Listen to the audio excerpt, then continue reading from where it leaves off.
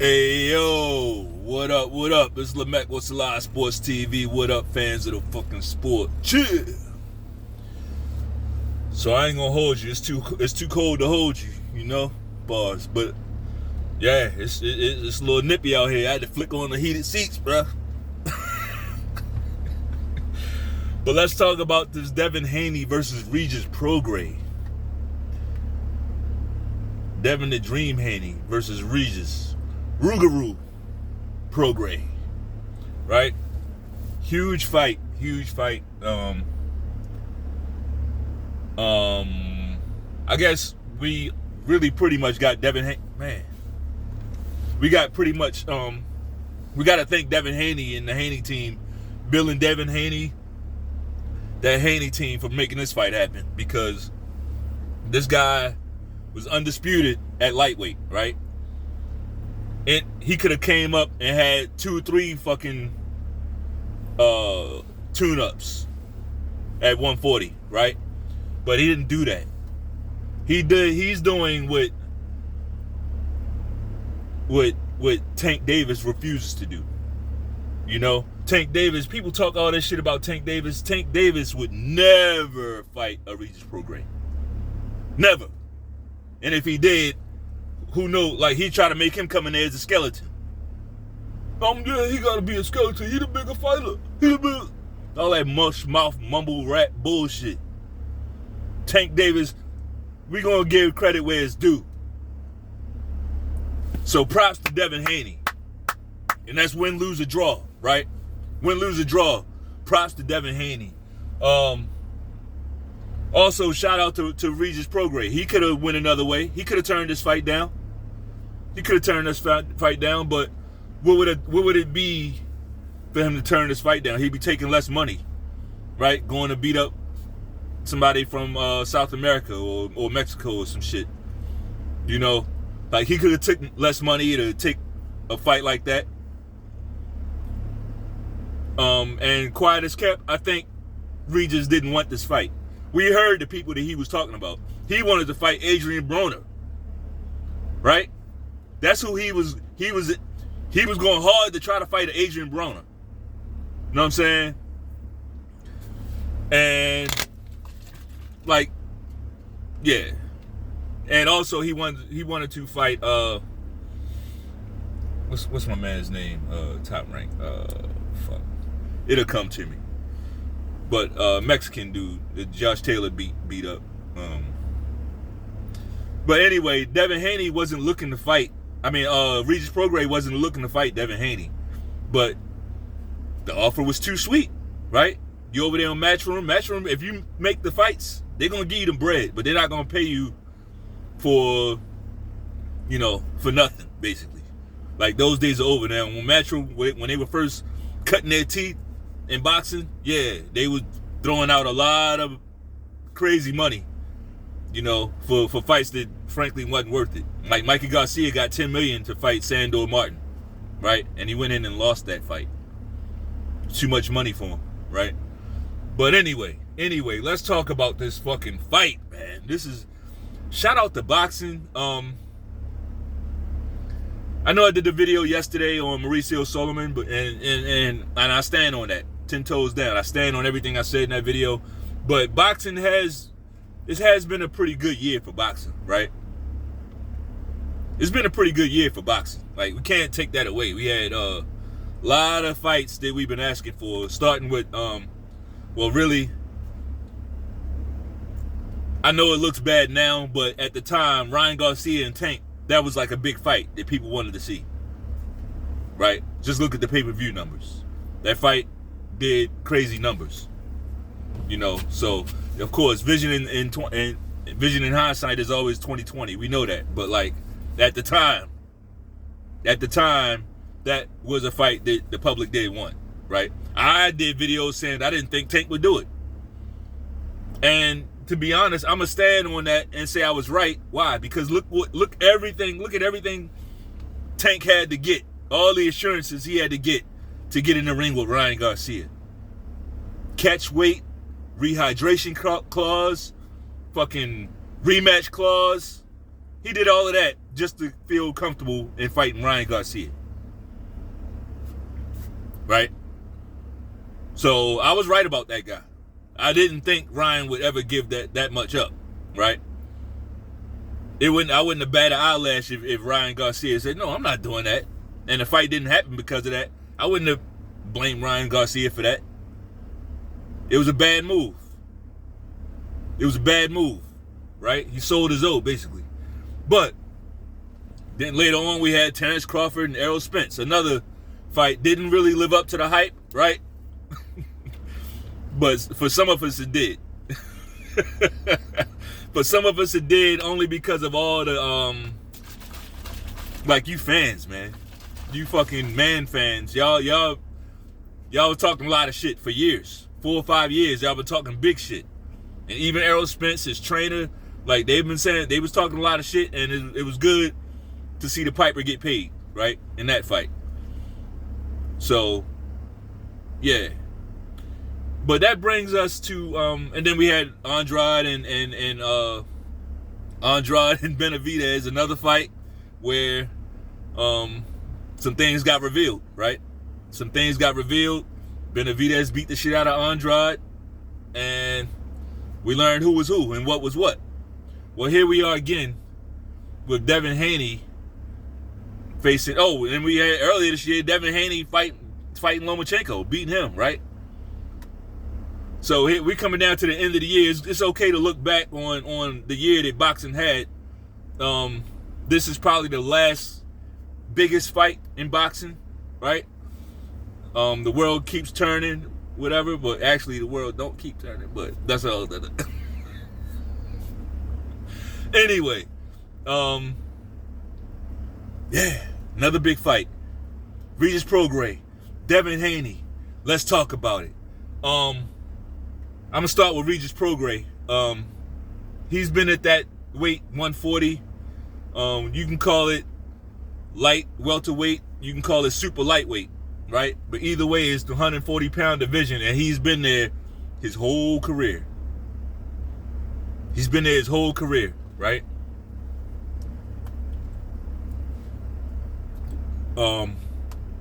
We've never seen this guy drained, right? He always looks to be. Some guys are just like that. Like, the way they age is just, they don't really get that much bigger. You know, he's already at his grown man weight, his grown man, size. Now, I don't expect him to finish his whole career at 140. I don't. And if he does, that means he's closer to the end than we might realize, right? But if he's gonna box for another 5 years or so, I expect him to move up. But for now, the guy he's the veteran at 140. I don't have his record looking, I'm not looking right at his box record or anything like that. I'm just going out the top. And his only loss was to Josh Taylor.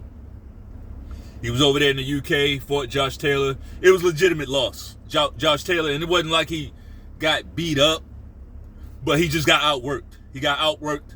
Josh Taylor did a lot of shoe shining bullshit, and it just gave the impression that he was doing more work in there.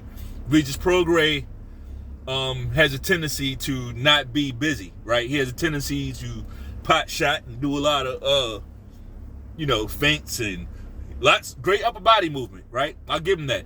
Like, he gives the impression of being slick just based off his upper body movement.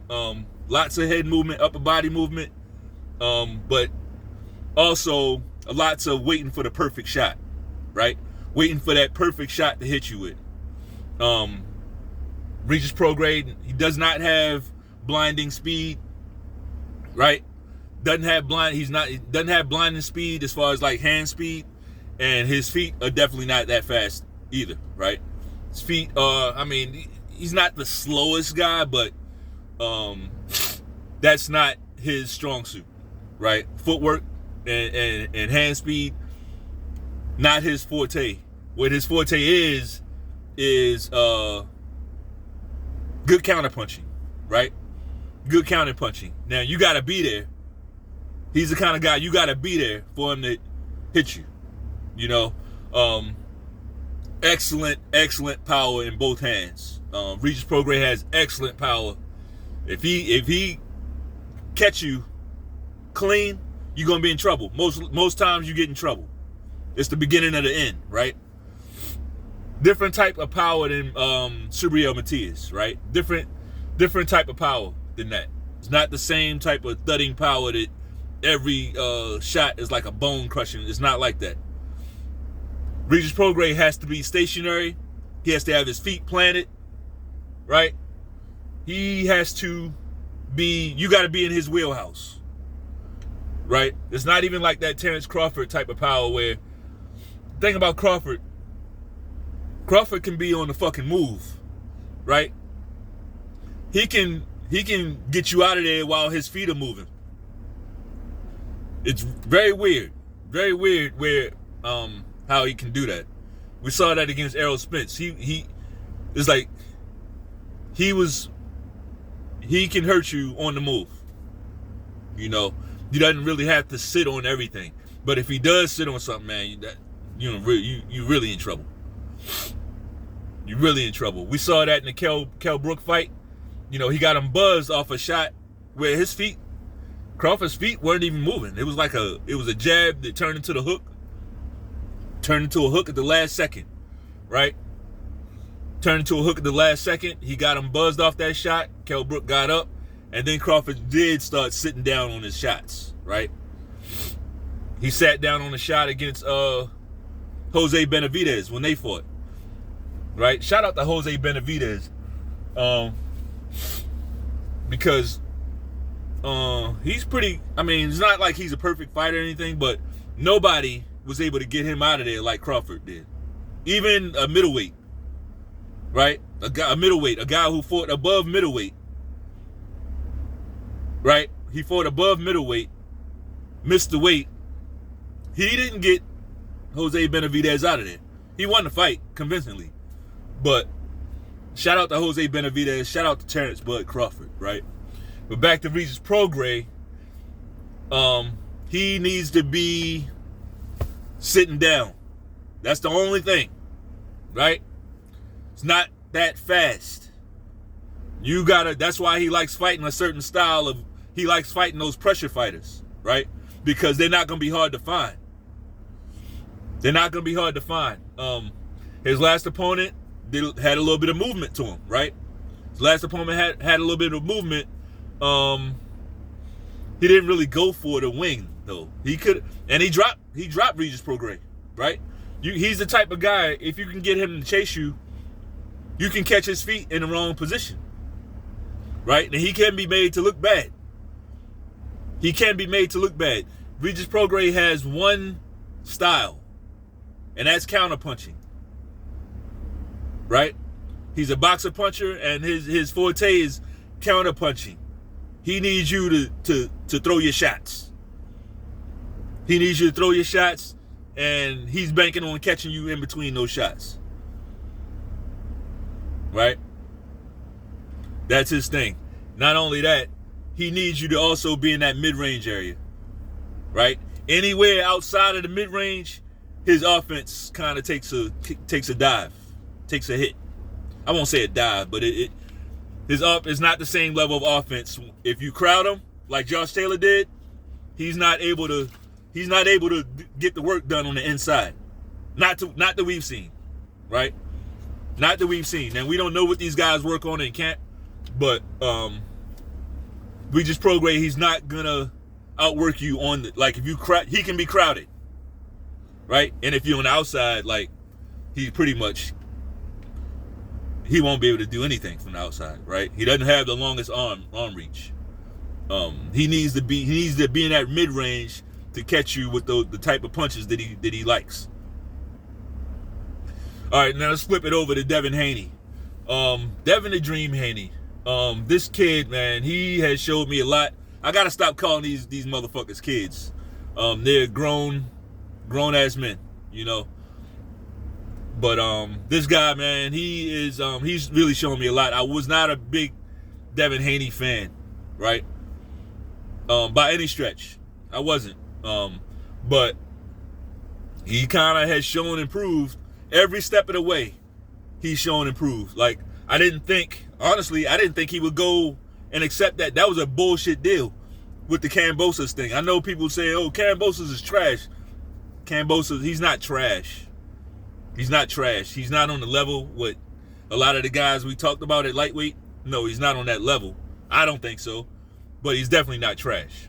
Like, you catch him, if he has a good night and you have a bad night, he can win. We saw that.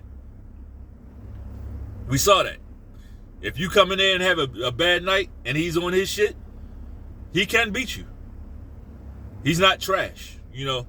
But I will say this, that deal that they gave Devin Haney was trash. Like, Kambosos was a one-shot guy. Like, all right, you beat Teofimo Lopez, you grabbed the belts, and now you got this thing about you, like, I'm the emperor. And yeah, if you want to fight me, you got to come to Australia. They gave that motherfucker a lot of power. Like, he was handed a lot of power, and personally, it looked like he misused it. You know, you forced Devin Haney to go over there to Australia twice. You stopped this dad from being a part of his camp. You know, in the first fight, you let him over there at the last minute, but like, he basically missed camp. You tried to handicap your opponent. That's what he did. Right? And frankly, I didn't think Devin Haney would. I didn't know he showed me a lot just by accepting that deal. That's a guy that truly, truly believes in himself, right? That's a guy that truly believes in himself. And no, I'm not Muslim or anything like that, but he also, he's not just leaning on himself, right? You can see that. You can see that. Like, when you have God in your life, that will overcome a lot of things for you, you know? I'll just leave that there.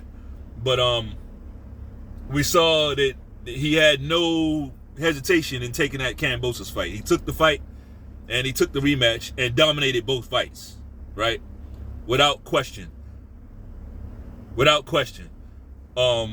After that, now they tried to screw that guy over. They made him go to Australia twice.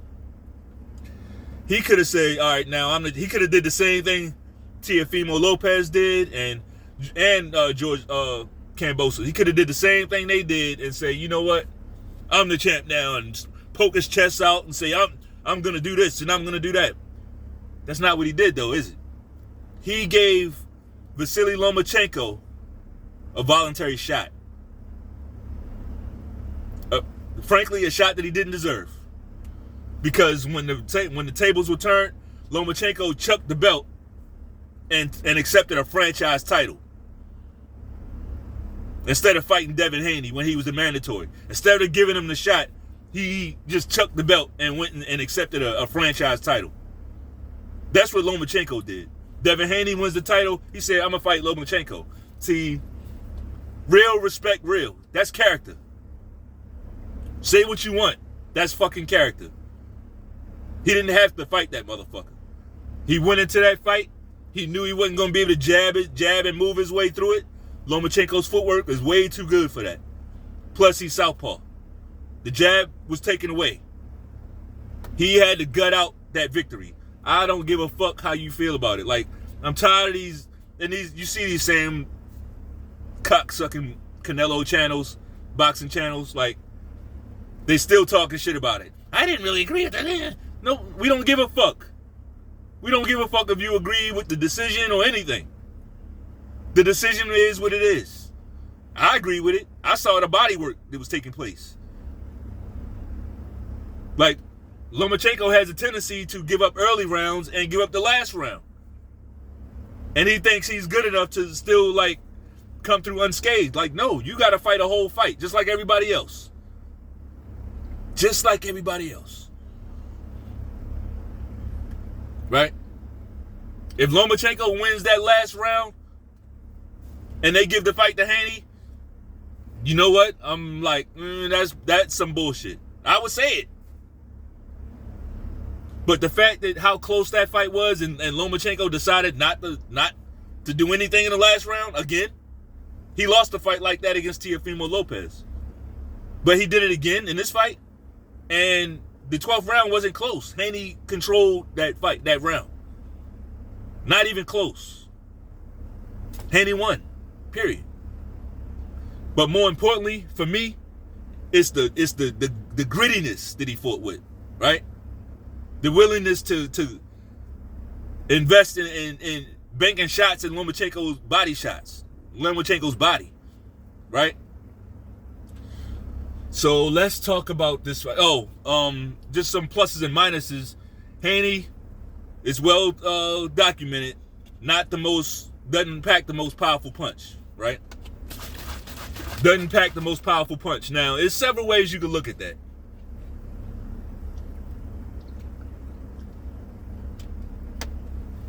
Several ways that you can look at that. So it's a way that I look at it.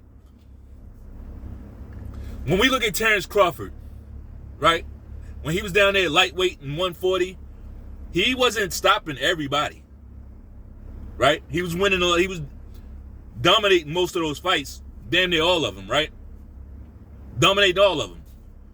But it wasn't about just stopping everybody. Why? Because the guy was drained, right? That's what happens when you drain yourself. Like, you're not willing to, it's not about that. You know, there's one thing if you're just big for the weight, you can kind of trade and you don't really care. But when you drain, you ain't trying to put your chin on the line, right? It's easy to get clipped and wobbled, dropped when you drain. We saw Crawford get clipped a couple times at those lower weights, right? We've seen that. And that's what I think we've been seeing with Haney. It could be even more drastic with Haney. Like, Haney went into a lot of those fights looking like a fucking skeleton, bro. So, like, to expect him to just be in there, like, going toe-to-toe and rock'em sock'em robot, no. Like, that's not smart boxing. It's not.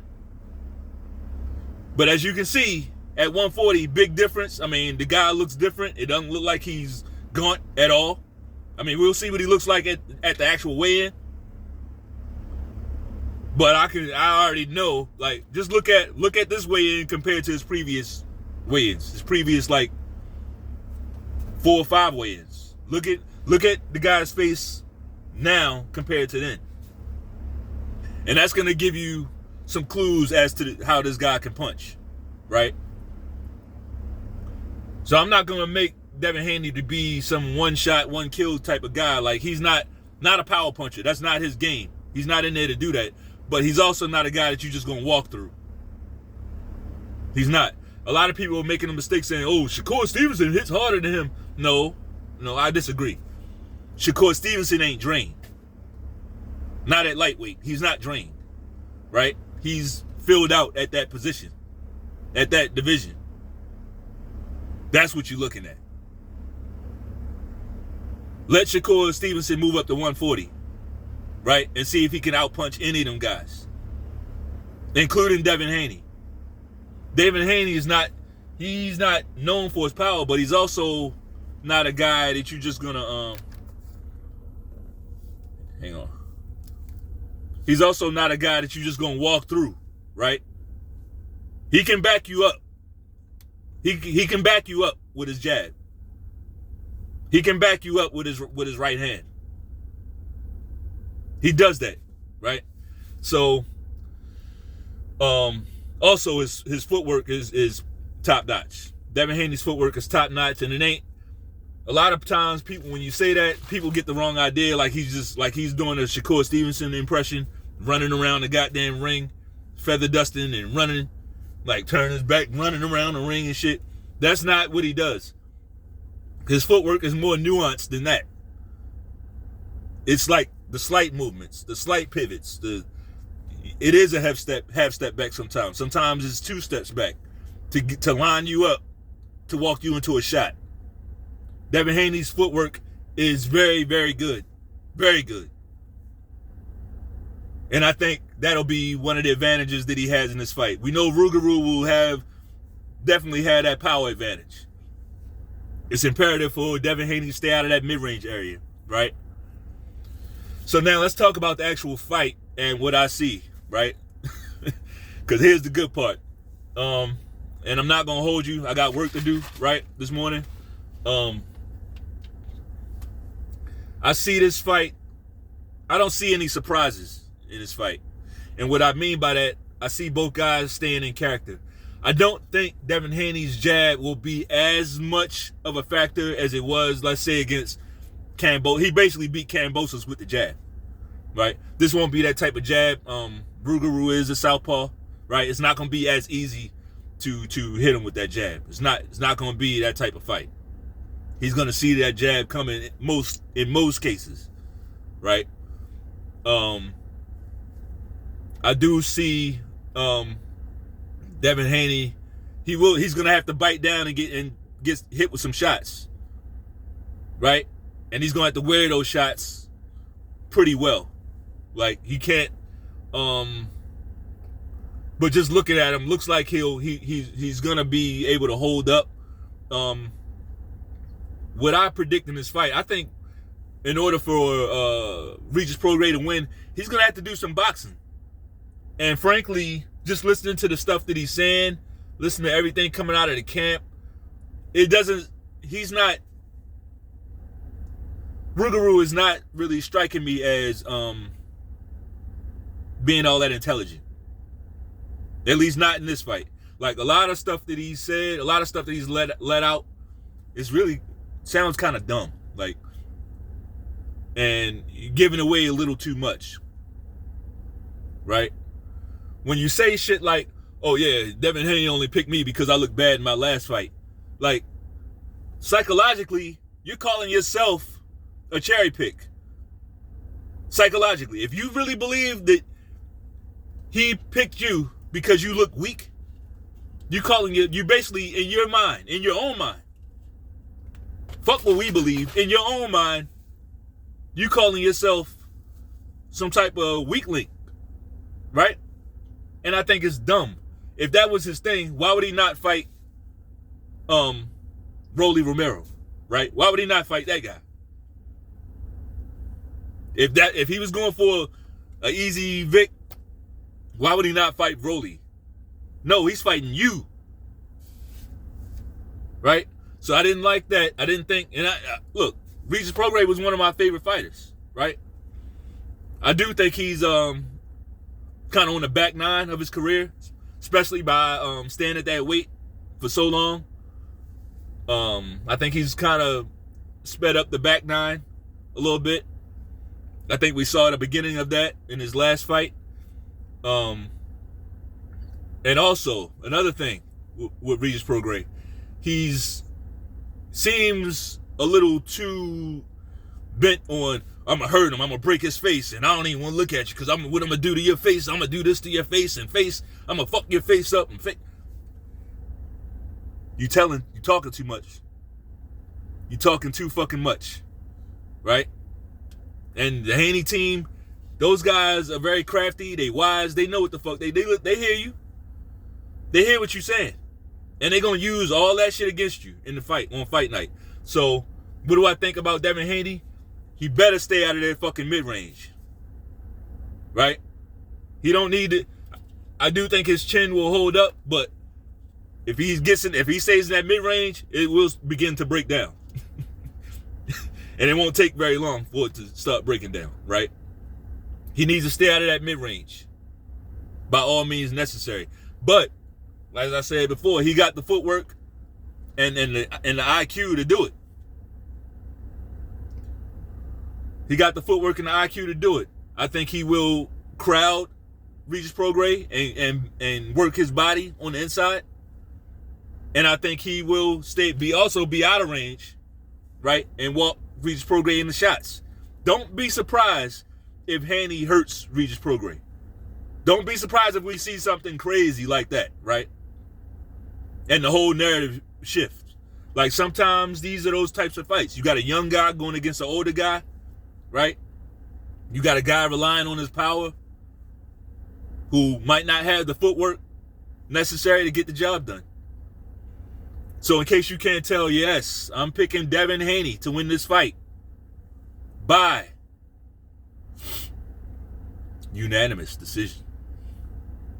That's my pick. I got Devin Haney by unanimous decision. I think it's his time. I like his confidence. He's giving Prograis lots of credit.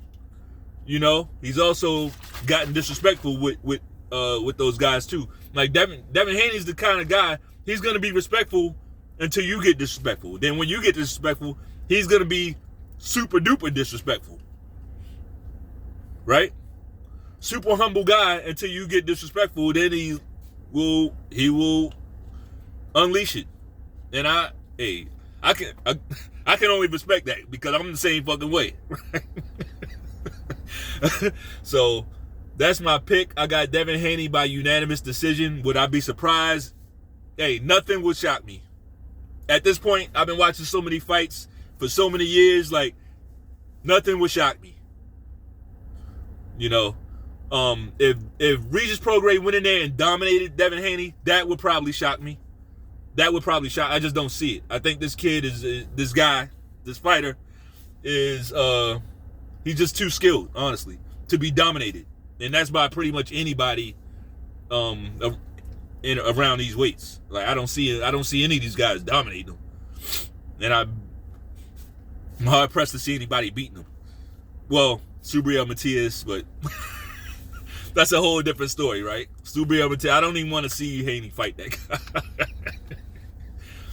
Subriel, that might be the guy that could dominate him, right? He got that punching, but we ain't talking about that. That fight's probably not going to happen, and it's definitely not going to happen no time soon. I got Prograis by unanimous decision. Drop your picks in the comments. Don't come on here afterward and do that Johnny come lately shit and you was wrong. Like, drop your picks in the comments, right? It's just boxing. Nothing happens if we're wrong, right? I mean, you might lose a little money, you might win some, but that's about it. It's all in fun. We're not the ones in the ring. So that's all I got. If you like the video, go ahead and move in, jump in on the inside and bang off on that like button. To the body. Peace.